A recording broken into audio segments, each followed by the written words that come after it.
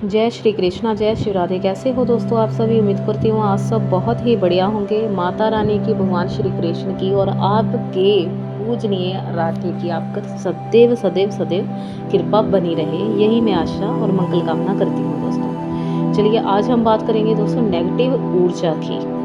Negative ऊर्जा क्या होती है और इसे कैसे पहचाना जा सकता है दोस्तों? देखिए, नेगेटिव ऊर्जा इतनी खतरनाक होती है, अगर जीवन में प्रवेश कर जाए तो विध्वंस कर देती है।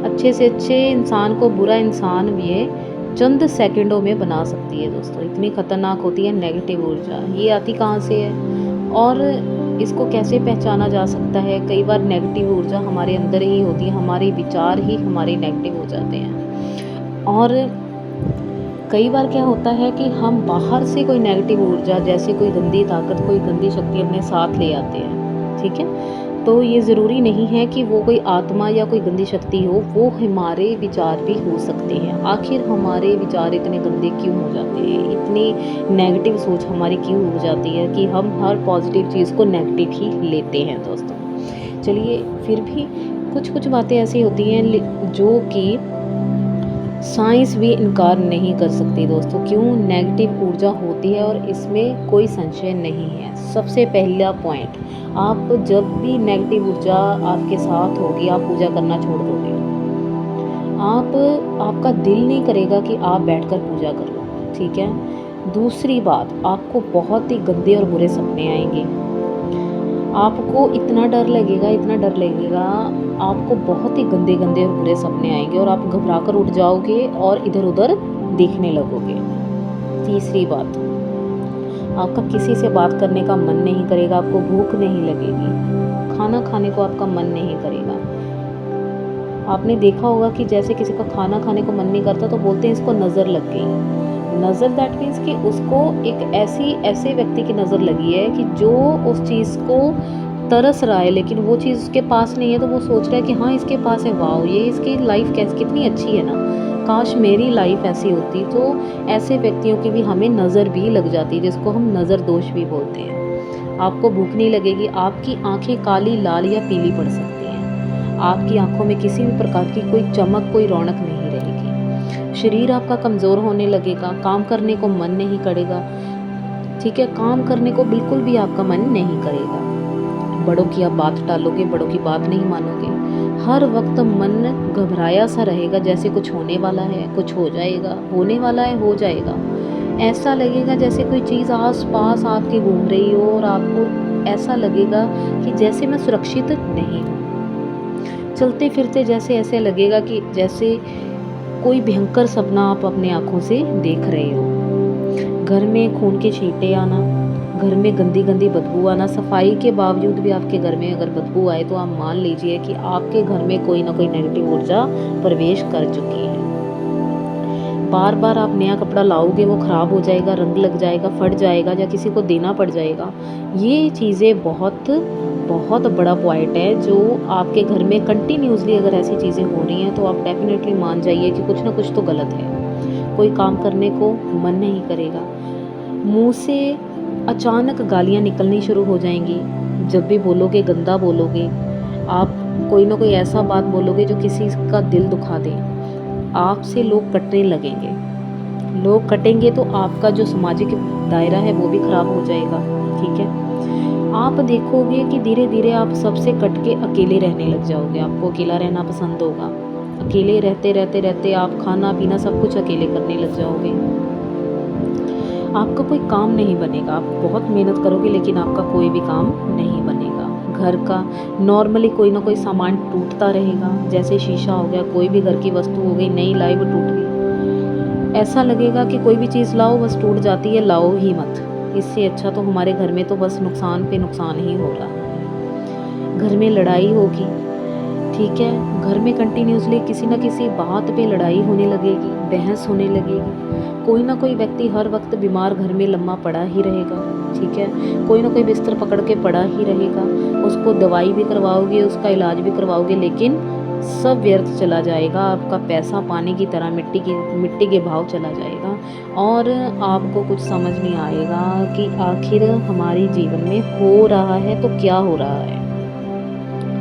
सो ये कुछ बातें हो गई और साथ में आप देखोगे कि आपका जो इलेक्ट्रिकल सामान होगा वो बार बार ख़राब होगा। जैसे फ्रिज हो गया, एलसीडी होगी, टीवी हो गया, ठीक है, कोई एसी हो गया, कोई भी चीज़ जो बिजली से चलती हो वो कंटिन्यूसली ख़राब रहेगी आपके घर में। आपकी घड़ी बंद रहेगी, आपके ताले ख़राब हो जाएंगे, ठीक है, आपकी घड़ी बंद रहेगी, ताले ख़राब हो जाएंगे, दरवाजे अटक अटक कर लगने लग जाएंगे, आपका घर का जो डोर है वो बंद नहीं होगा, ठीक है, उसकी जो लॉक है वो लॉक नहीं लगेगी। आप कड़ी मेहनत करोगे लेकिन सफलता 0% ज़ीरो। सो ये चीज़ें जो होती हैं ये नेगेटिव ऊर्जा की तरफ इशारा करती हैं। हर वक्त आलस रहेगा, आत्महत्या करने को मन करेगा, मरने को आपका मन करेगा, आपका दिल करेगा कि जिस जीवन में कुछ नहीं है, कोई मेरा नहीं है, मैं कुछ ना कुछ करूं और इस जीवन से मुक्ति प्राप्त कर लूं।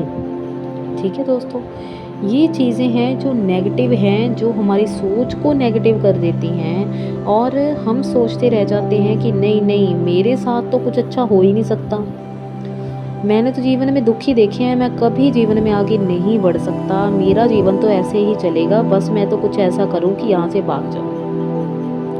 आप हालातों से हार मान लोगे, आप में जीवन में कुछ करने का जज्बा, जो ताकत होनी चाहिए वो आपकी क्षीण पड़ जाएगी। आपका दिल नहीं करेगा कि आप जीवन में कुछ ऐसा करो जिससे आपका रुतबा और नाम हो, समाज में आपकी पहचान हो, शान हो। आप ऐसा कुछ करने की कोशिश भी नहीं करोगे जीवन में दोस्तों, ठीक है। आप देखोगे कि आपकी जो आमदनी है वो तो कम है लेकिन खर्चे ज़्यादा हैं।